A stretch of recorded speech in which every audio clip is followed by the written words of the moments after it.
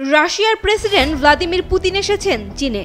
রোববার উত্তর চীনের তিয়ানজিন শহরে তিনি অবতরণ করেন। চীনা প্রেসিডেন্ট শি জিনপিং আয়োজিত সাংহাই সহযোগিতা সংস্থার শীর্ষ সম্মেলনে যোগ দিতেই চীনে এখন পুতিন। ক্রেমলিন জানিয়েছে, সফরকালে একাধিক বিদেশি নেতাদের সাথে বৈঠক করবেন পুতিন।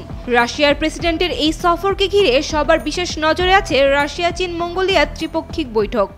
সব মশার বিরুদ্ধে সুরক্ষা দিতে এলো বসুন্ধরা এক্সট্রিম অ্যারোসল, মশার বিরুদ্ধে এক্সট্রিম সুরক্ষা, যেখানে অর্থনীতি ও আঞ্চলিক সহযোগিতা নিয়ে গুরুত্বপূর্ণ সিদ্ধান্ত আসতে পারে।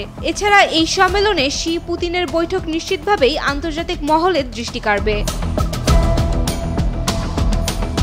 শুধু তাই নয়, ৩ সেপ্টেম্বর দ্বিতীয় বিশ্বযুদ্ধে জাপানের আত্মসমর্পণের ৮০তম বার্ষিকী উপলক্ষে বেইজিংয়ে আয়োজিত মহা উদযাপন অনুষ্ঠানে উপস্থিত থাকবেন পুতিন। ৩১ আগস্ট থেকে ১ সেপ্টেম্বর পর্যন্ত চলবে এসিওর রাষ্ট্রপ্রধানদের ২৫তম বৈঠক। এবারের সম্মেলন ইতিহাসের সবচেয়ে বড় বলে মনে করা হচ্ছে। এতে ১০টি সদস্য রাষ্ট্র ছাড়াও ১৪টি অংশীদার দেশের সংলাপ, ২ পর্যবেক্ষক রাষ্ট্র এবং আন্তর্জাতিক সংস্থার প্রতিনিধিরা উপস্থিত থাকবে।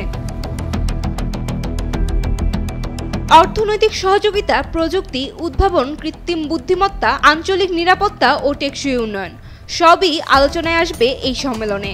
পুতিনের এই সফর কেবল রাশিয়া, চীন নয়, গোটা এশিয়া এবং বিশ্ব রাজনীতির জন্যও বড় বার্তা বহন করছে। Saima Akter, Daily Sun.